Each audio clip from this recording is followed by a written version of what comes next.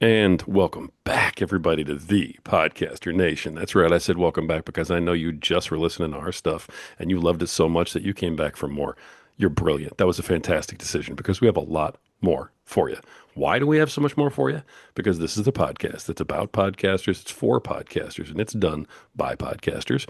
My guest today, wait for it, is a podcaster. You guys cracked the code. You are brilliant. Way to go. Thank you for being here. This is the place that we're come together to raise each other up. And this is the place where the rising tide raises all ships. So let's get sailing and bring in our awesome guest today. Please welcome to the show, host of the Kim Sorrell Show. I think I just gave it away. Author of Cry Until You Laugh and Love Is. Please welcome to the show, Kim Sorrell. Kim, how are you doing today? I'm doing pretty darn good. How about you? Better than I deserve, for sure. For I'm good. sure. Absolutely. I love that answer. And we have a lot to dive into. Before we, kind of start hitting the specifics, though, tell everybody who is Kim Sorrell? What are you about? How'd you get to this point in your life? Gosh, I've lived so many years that it's a really long story. So I'll try to give you the Cliff Notes version. Business has been my life. I started my first business when I was 18 years old, and I've been in business ever since. And just different things happen in life that lead you down different paths. And I was diagnosed with breast cancer a few years ago. And 4 months later, my husband was diagnosed with pancreatic cancer, and he passed away 6 weeks after that. And I was 47 years old and had several businesses going and didn't know what I was going to do. I was floundering. I met the man of my dreams when I was 17, married him when I was 18. I proposed after 10 days. So after being the person that was never going to get married or never have kids because I was going to be the first woman president, but then my plans shifted because Mr. Tall, Dark, and Handsome walked in the room, and that's all she wrote. And so I had a great marriage for almost 29 years, and then I was alone and had no idea what that even meant or what that would even look like, because we were going to be those people in their 90s on the front porch in rocking chairs, sipping lemonade or whatever people in their 90s do on their front porch. And so this just happened, and it happened so quickly, and it just threw me for a loop. I didn't know what to do. And so I was getting through my cancer stuff. After he passed away, I still had stuff I needed to get through. When I was finally ready to go back to work, I wasn't sure what I was going to do. But I had a nonprofit that I'd started with my father like 10 years before that this guy was running it. I happened to run into him, and I said, "Hey, do you need any help?" Because I didn't know if I was going to go back into my businesses or do something new or start a new business or what. And he said, "Oh man, I could really use a bookkeeper." I went, "Oh, well, great, part-time bookkeeper, January 1st that year, awesome." Well, so I started, and 12 days later, there was an earthquake in Haiti. They killed 200,000 people. So within 2 weeks, I was in Haiti, and I spent most of the year, most of the month, of every month for the next several years in Haiti working. And while I was there, still discovering, I'm working hard, but what's his life going to bring? And losing my husband made me question some things. And I am talking way too much here and not having you interrupt or come in with, "Hey, Kim," whatever. But losing my husband made me question some things. And one of the things was the real meaning of love. And because my husband was a great guy, he was the guy that was up at 5 a.m. every day on his face before God, praying, reading the Bible, reading a devotional. He was just true blue. He was a great husband, great father. And I wanted to honor him with my life. I wanted to make sure that I was doing life right. And I thought, well, how do I know? And then I thought, well, John says that God is love, not that God loves, but that God is love. Yeah. So if I were love, I'd be doing it right. But then what is love? I think if you put 12 people in a room and you say, what is love? You're going to get 12 different answers. And so I decided I was going to go on this deep dive to figure out the true meaning of love. I was going to dedicate a year. That was my plan. Dedicate a year using 1 Corinthians 13, love is patient, love is kind, does not envy, does not boast. Take one word or phrase a month and really figure out what is love that is patient, what is love that is kind. And I'll tell you, it was a stretch for me because when I go out for dinner, I have a hard time committing to an entree. So to commit a year to something was a really big deal for me, Yeah. but I did it. And the things that I discovered about love just rocked my world and changed my life and changed the trajectory of my life because I've since sold my businesses. I wrote a book about it, Love Is, and I'm on a mission to change the world through love. Wow. Um, well, first of all, let me just make sure, I'm sorry for your loss. I can't even imagine what that must have been like. And it's very brave of you to be out here talking about that and your journey and everything else. So I applaud you for doing that. There's a lot of people out there, I'm sure, who feel a lot of these things and are going through similar situations, and hearing folks like you talk about them helps them. So it's huge what you're doing. Second of all, you proposed to him after 10 days. Is that what you said? Yes, I love yeah, that. I did. I did. Yeah, it was very romantic. Now there's the big planned, whatever, the candles and the beach and the photographers there in the bushes and, the big, huge proposals that you see. We were actually making out on the couch and I just kind of slipped out. So, yeah, it was very romantic. Yeah. That's that's great. I love that. I mean, that's authentic at its finest, right there. And so, you no longer want to be the first woman president. Is that correct, or is that still something you're hanging on to? I'll tell you, looking at politics, I kind of stay as far away as I can. So, no, I no longer want to be the first woman president. I'd be happy to advise, or I'd love to be an ambassador somewhere. If anybody's listening, like There you that's go. the job to have. That is There the you go. job to have. You go, you wine and dine people. You get to have a beautiful place to stay. You don't really do much work. That's the job I want if I'm in Nice. politics. Very nice. The job of president's just not quite the same as it was when we were kids. So, Yeah, yeah, no, for yeah. sure. I can appreciate that. Now, you wrote the book, and Cry Until You Laugh. Okay, is the story of what you went through with you and your husband. Is that correct?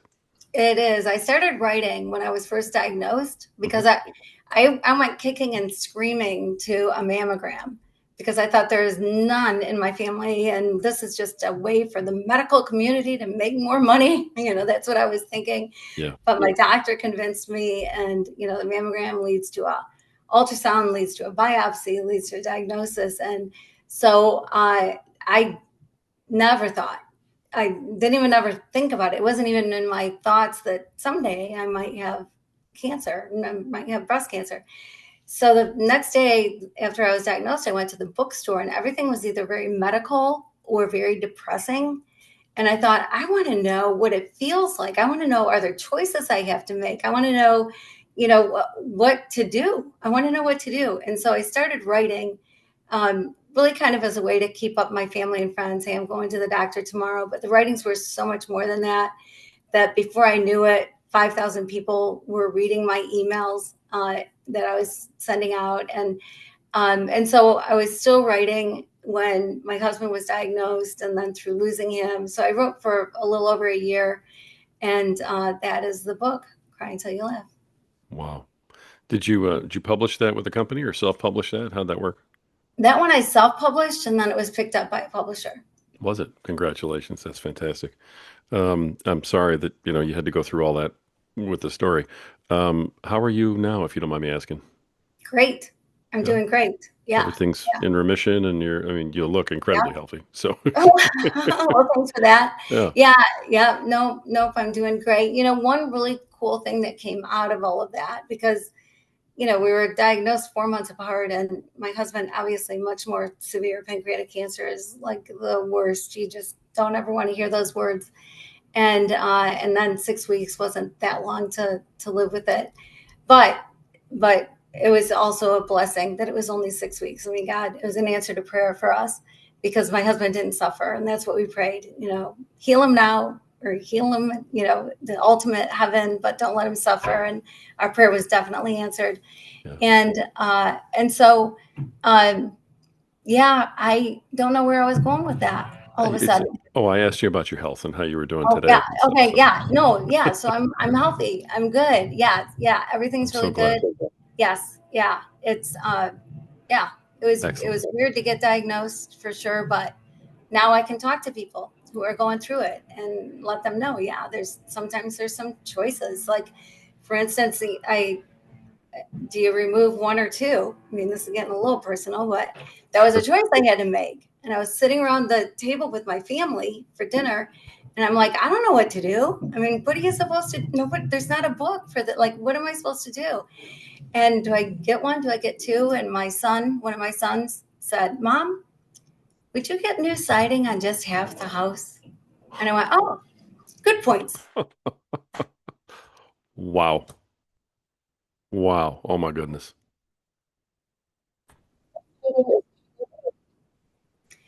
So there are choices that you have to make. I had no idea that you have to make these choices, but one of the choices I had to make was, do you get one off or both off? You know, what do you do? And I didn't know what to do. And so we were sitting around the dinner table one night, and we were talking about it. And one of my sons said, "Mom, would you get new siding on just half the house?" And I went, "Oh, that's a good point, son. Okay, we're going for two." So anyway, yeah. So but yes, I'm doing great. Thanks for asking. I'm just glad to hear that. I really and Oh, truly and I am. was So gonna say, yeah, too. I'm sorry to interrupt you. That was rude. hello.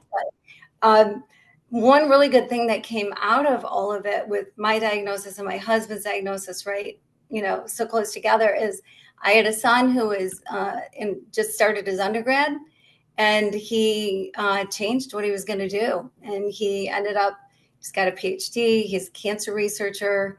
He's now gotten his MD too, so that he can work with real people. So and he's made big strides. Breast cancer has been his area of research, and he's done great things at UT Southwestern. And so anyway, so it, Wow. yeah. You know, he works in mysterious ways, which is an understatement sometimes. But Hmm. yeah, your son may go off to, come up with some kind of cure, and all because he was motivated by what happened to you. Wow, again. I mean, every time I get another piece of your story, that's the only word that comes into my head. Is just wow, like oh my gosh, I can't believe I'm hearing it. So that's cry until you laugh. Is that story Yes. right? Yeah. The love is story, of course, seems like it's fairly huge.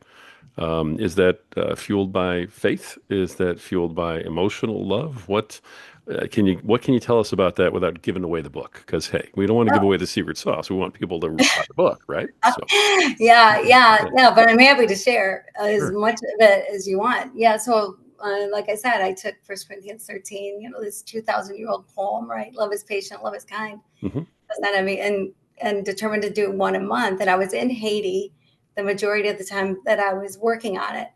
And so, so really, the book is stories from Haiti, that what happened that led me to the revelation of what is love that is patient, what is love that is kind. And crazy things happened. I was chased by a motorcycle gang. I slept outside with tarantulas and snakes. I had so many while I got lost on a mile-high mountain, and it took me to the end of every month to figure out what it was that I was working on really meant. So I went into, like, the very first month, love is patient. I'm thinking, I know what patience is. You know what patience is. You know, you're not honking your horn if you're stuck in traffic. You're not yelling at your 5-year-old because they can't find their shoes, right? But I found out that if you put love is or love is not in front of any word, it completely changes the meaning. So love that is patient is not patience. Love that is patient would say we're supposed to love everybody. I believe it's the best way to live. It's the way God wants us to live. Just love everybody. It's really our only job, if you think about it. We don't have to judge. Don't judge. Just love. And so with loving everybody, whoever it is that you're with, showing love, loving in a way that is patient, you recognize that this moment, right here, right now, is the most important moment of your life. What's in the past is in the past. What's in the future is yet to come. This is the moment, which means you should be 100% body, mind, soul present with whoever it is that you're with. And I stunk at this. I was horrible. I thought I was the greatest multitasker in the history of the world. I could think about, who had to go to soccer practice, what I was going to make for dinner, what needed to be done later, what meeting I had, while being in conversation with somebody. And I discovered I could not. I assumed what people were saying rather than actually hearing what people were saying. And there's so much that is nonverbal in what people say. And so when I practiced, and it took me a lot of practice, when I practiced and practiced this and got to the point where I was able to be fully present and love with love that is patient, man, I heard things I never would have heard. It rocked my world. If I would have stayed just at that first month and only done that first month, my life was changed forever. Wow. Well, I'm looking forward to reading that book. That sounds absolutely amazing. And it sounds like you had quite a journey. My goodness, motorcycle gangs and being lost on a mountain. Mm-hmm. That's stuff Yeah. I'd sign up for. Yeah. It's really not. But Yeah. my goodness. All right. Of course, I want to ask you about the podcast. So, where'd the podcast come in? What's that about? And what can people expect when they tune in? Where'd it come from? Anything you want to tell me? Sure. Yeah. Well, I started by guesting on podcasts because I wanted to get my book out there. I wanted to start my movement. And so I started by being a podcast guest. And by the time I was on probably 300 shows or so, I had a man approach me and ask if I would co host a show with him.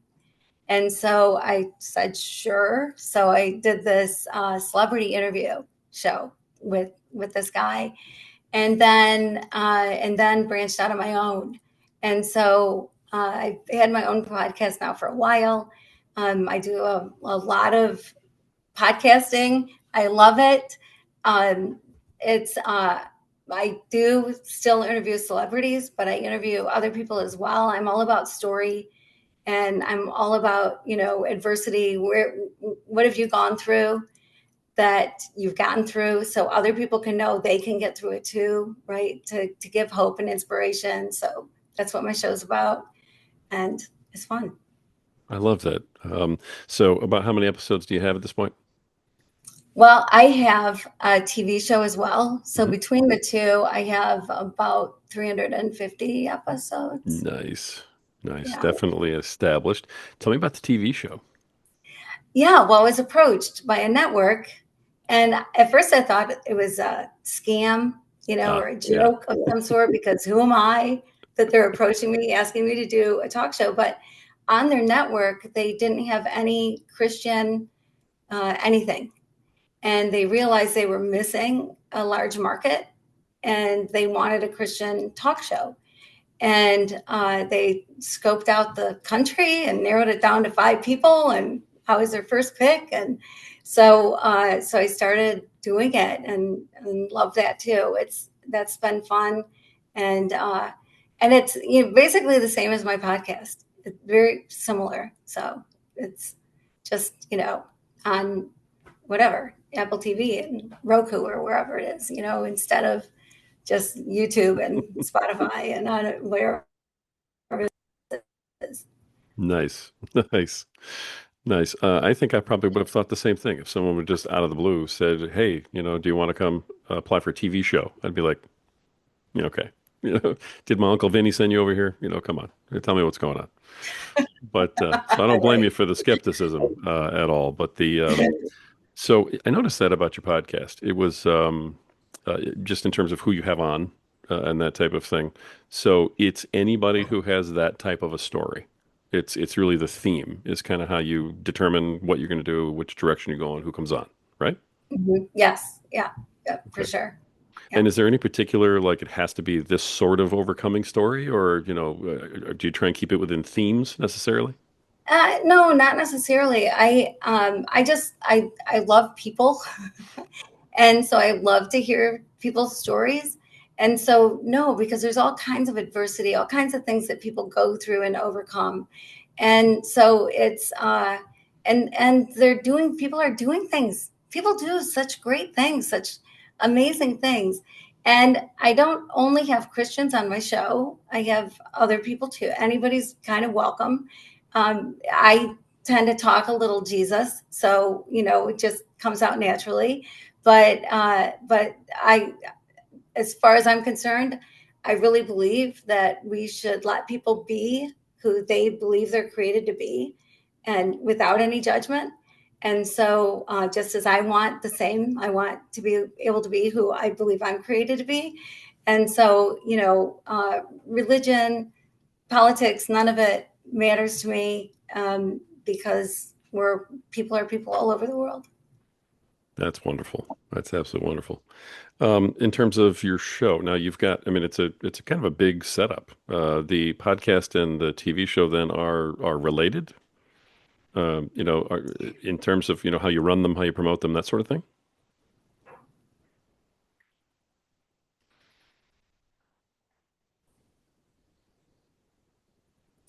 Well, I really don't have anything to do with the TV show because that's a network show. All I do is record. And so they get the advertisers, they do all of that stuff. And so I do promote it on my social, of course, but other than that, not. And then my podcast is mine. So I do promote that a lot on my social, and I'm still guesting. I've been on now over 500 shows, and I love that too because I love seeing what people are doing. There's some great, incredible podcasts out there and some incredible podcast hosts that it's so fun to talk to. And I love it. I enjoy it a lot. That's neat. So the social media and podcast guesting really is kind of your how Mhm. you're getting the word out there. That's wonderful. I love that. It's so much in your control to be able to do those things. So as a podcaster, that's nice to hear. So and you're a great guest. You can tell that you've been on multiple shows and Oh, so well, on. thanks. So you know what you're doing. Have you had a chance to work into monetizing your own podcast? It sounds like the TV show is. I hope you get a piece of that, by the way. I do. Good for you. And the podcast, the way I monetize now is I don't have, I'm not at YouTube's point of monetizing and sending me big checks. But I monetize by my book sales go up, Mhm. different things like that. If I have an event going on, I work with people with love, and so if I've got something going on, I can advertise it there, and then I get people that way. And so that's really how I monetize, which I think happens a lot. I mean, you're the expert, you're the king of all podcasts, so you know better than I do. But I think a lot of people uh, that they kind of miss that maybe you don't have a check coming in, but there's other ways you can monetize besides a check coming in, and eventually the check will come. Maybe if you're any Nice. good, perhaps. Nice. Well, thank you for catching me completely off guard with that unsolicited, compliment. I appreciate it very much. But all right, you just threw me off completely with all my questions now. So much for being the king. But I love it. You talked about events that you have coming up just now. You also told me that you have a free 14-day love challenge. Now, is that the event or are those separate things? And you know what? Tell us about both. Yeah, completely separate things, Awesome. completely separate. So the event that I have coming up is for women who maybe their marriage is just okay. Maybe it's not even that great, but they want it better. They want better. Maybe their marriage is good, but they still want better. And so I know after researching love as deeply as I did that the power of one person can change a relationship. And so it's a 3-day in-person retreat style sort of event that we talk about stuff that and empower women in their own love so that they can love the right way. And husbands change. It's crazy, but it happens. Like you don't have to get buy-in. You don't have to drag them to counseling. You don't have to have better communication. You don't have to do any of those things. You just have to understand love in a different way. And your relationship goes from 0 to 60 in no time at all. That's So fascinating. Yeah. And So it's it's not a fun. couples thing. It's just for the ladies to come to. Yeah, just for women. Yeah, And yeah. so then they change what they're doing in some capacity, and then husbands just respond. Yes. Yeah, yeah. And it's not really that Hmm. they change, it's more they understand. Mm. So, everybody gets to be who they are. So it's Right. not a matter of changing. It's about understanding what love actually is. Yeah. And because we're taught so many things about love that are so untrue, like love's a two-way street, or you got to give love to get love. None of that's true. That it's just not. I mean, we don't have control over love that comes to us because we don't have control over anybody. You bring a baby home from the hospital, you have total control, right? You decide when the baby eats, when the baby sleeps, when the baby has a bath. But 6, 7, 8 months later, your Tupperware is all over the kitchen floor. Pots and pans are banging. You realize you have lost all control, and I promise you, you never get it back again. So you only control yourself. So if you're giving love to get love, you're setting yourself up for heartache and disappointment like crazy, because you don't have any control over that. You only have control over the love that you give and how you give love. So Love that. really, yeah. So it's more about understanding love than changing, really. And yeah, and then the 14-day love Yeah. challenge, it's free on my website, kimsorrell.com. And it's 14 days in a row, and you get one email a day, one short email a day. It's 14 days because uh, when I first started the whole love journey, I dedicated a year. And then I found out there were 14 is's and isn't of love in the love chapter. And so it took me a little longer than a year. So it's one a day for 14 days. And, sort of the meat of one a day for 14 days. Wow. Okay. These are in-person uh, trainings courses that you work on? The the love challenge is online. I mean, you just go to my website and sign up for it, and you get it in your inbox. But the other event, yes, is in person. The Power of Nice. One is in person. Nice. Nice. Well, congratulations on both, and thank you for correcting me on that because there's a big difference between changing and understanding, and I'm glad that you pointed that out. So, yeah, two very different things. Nice, very subtle, but very nice. Appreciate that. Yeah. All right, let me get one of my corny question in, just in the interest of time and whatnot. My corny question I try to ask everybody is, what is it about doing your podcast that, and I guess you can include your TV show too, since they're all visual and big productions and everything else. But what is it in terms of doing your podcast that you love the most? And what is it about doing your podcast that you just, I mean, can't stand, throw it out the window, hate the most? Well, love the most is meeting people. I stay connected with a lot of people that have been on my show or shows that I've been on, because you kind of bond.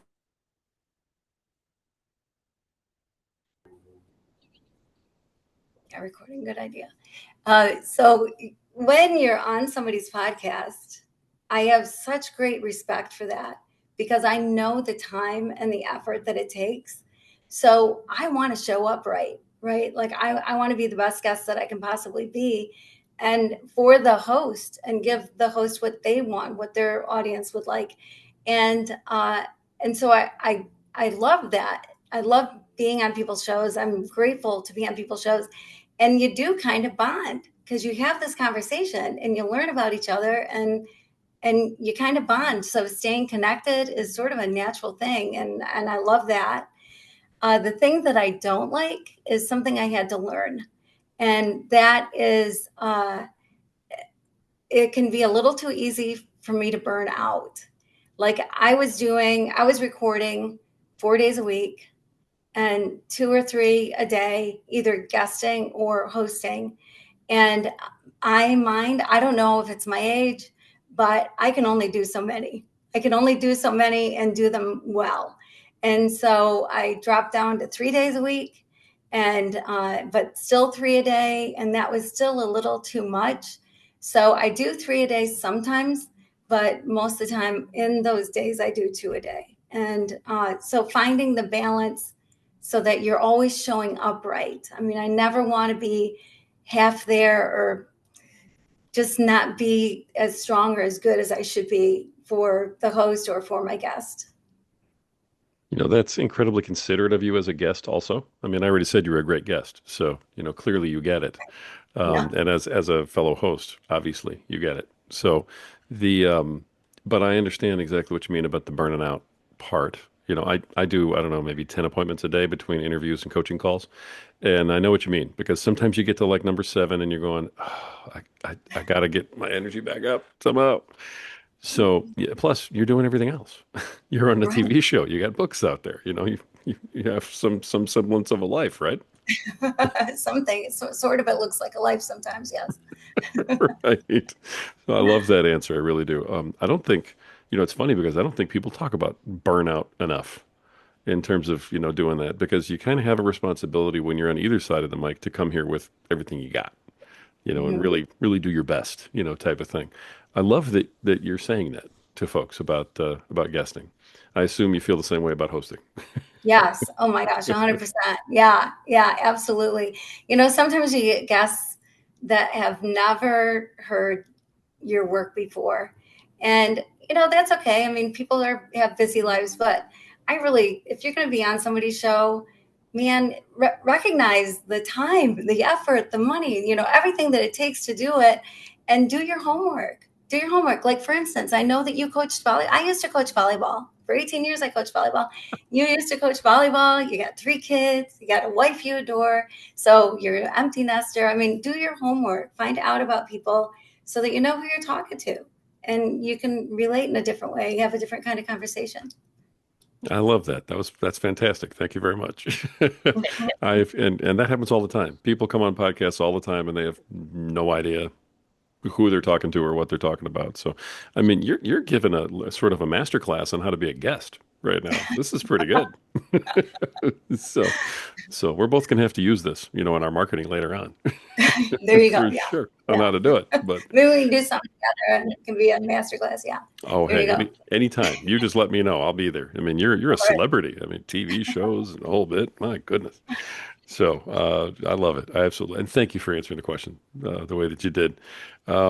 The the let me ask you quickly: is there anything about the podcast that you're doing, on your own there where you use AI for any part of it? Or, people really are interested in AI, so I always try and fit this question in.